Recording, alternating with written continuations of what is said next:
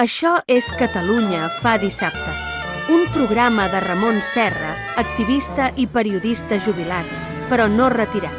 Catalunya fa dissabte. Una llengua, un país, una llengua.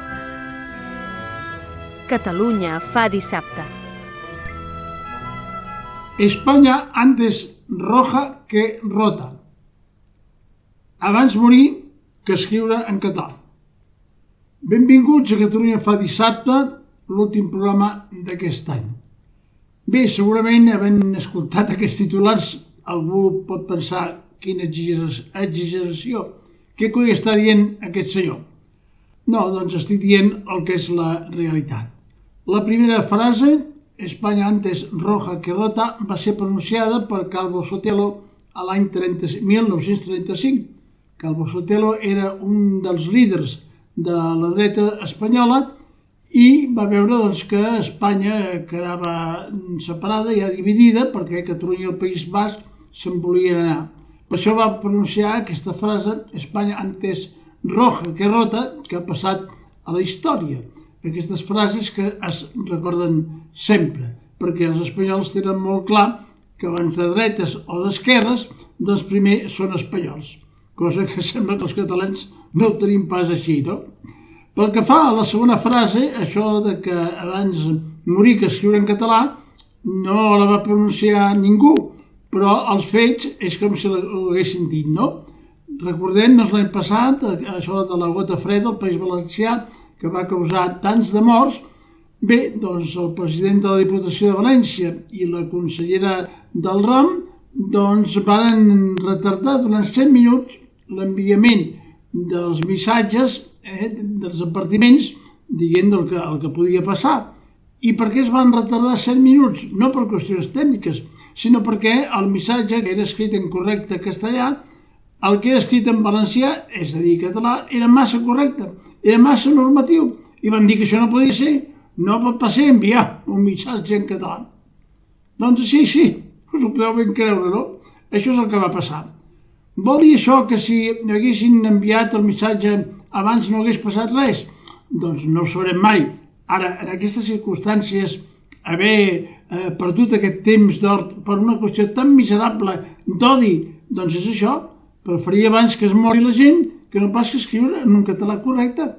Vet aquí, continua doncs aquest odi etern del castellà a Espanya cap a Catalunya. I no us creieu que això només sigui del 1714, durant el Primo de Rivera, Franco. No, ja era del temps immemorial.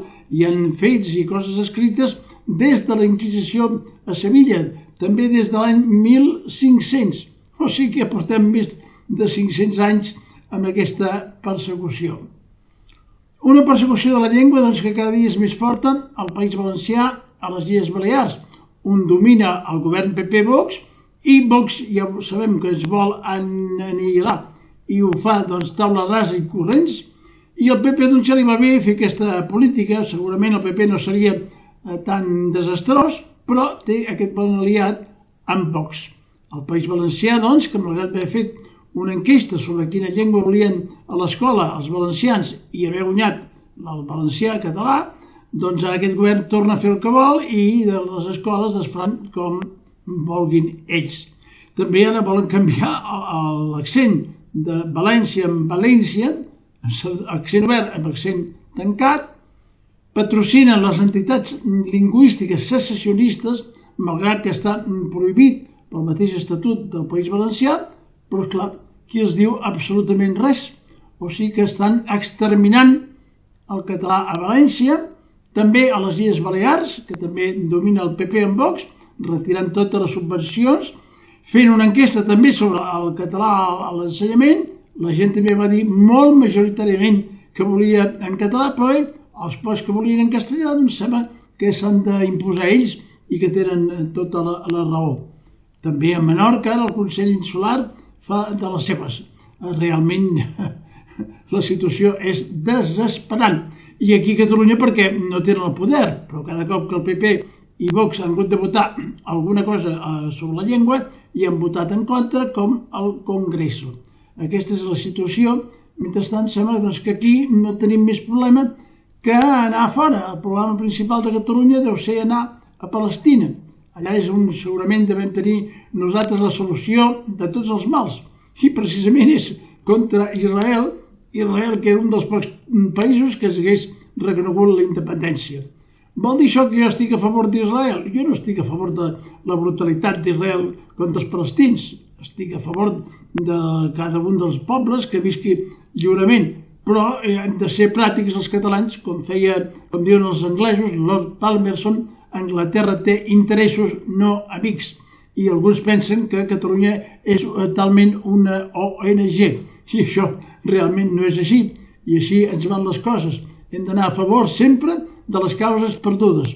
Anirem alguna vegada a favor nostre, tindrem consciència que el primer que fem és defensar els nostres interessos, la nostra llengua, la nostra sobirania nacional, i la gent que és amic nostre, malgrat que pugui tenir uns altres conflictes, i la gent que és enemic nostre, com és Palestina, que després del referèndum de l'octubre del 17 va córrer dient que es celebrava la unitat d'Espanya.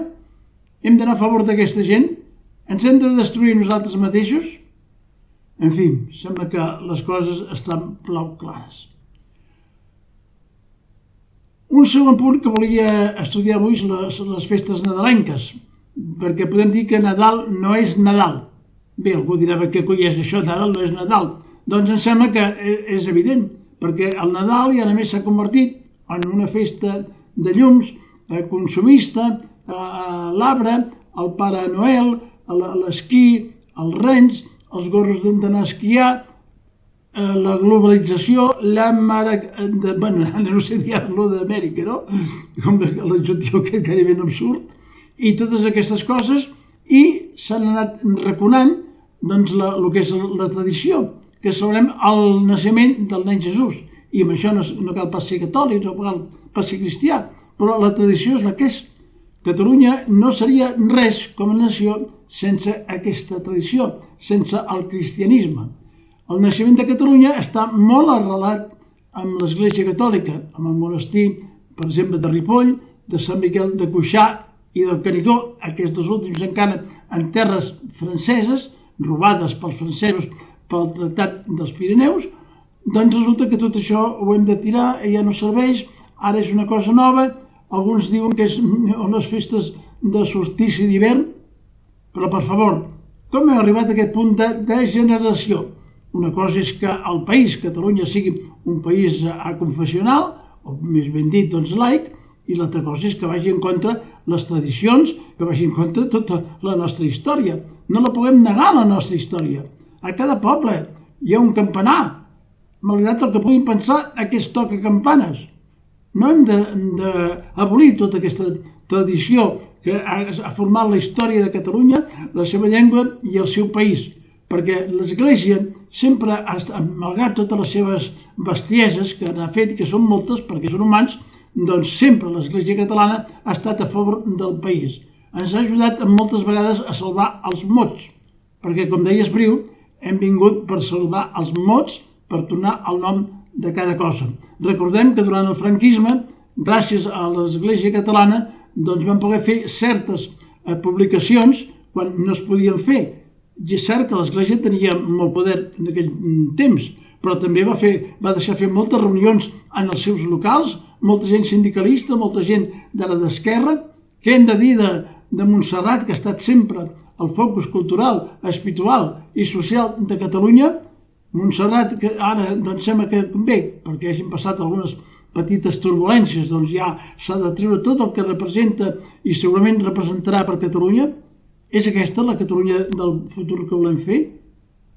Es diu que s'han de respectar totes les confessions. No, no s'han de respectar totes les confessions. No s'han de respectar aquelles com l'islam, que només pretén apoderar-se del poder i matar els infidels, com som nosaltres. Què és el que fa aquesta, diguem-ne, religió d'estat allà on s'apodera, on no hi ha drets humans i on hi ha sang i hi ha foc, persegueix els cristians i altres confessions. Altres confessions potser són menys perilloses, com pot ser la jueva, o celebrar els budistes, o celebrar, per exemple, l'any xinès. Tot això ens sembla molt bé, però cap d'elles pot suplir la tradició cristiana occidental que tenim a Catalunya.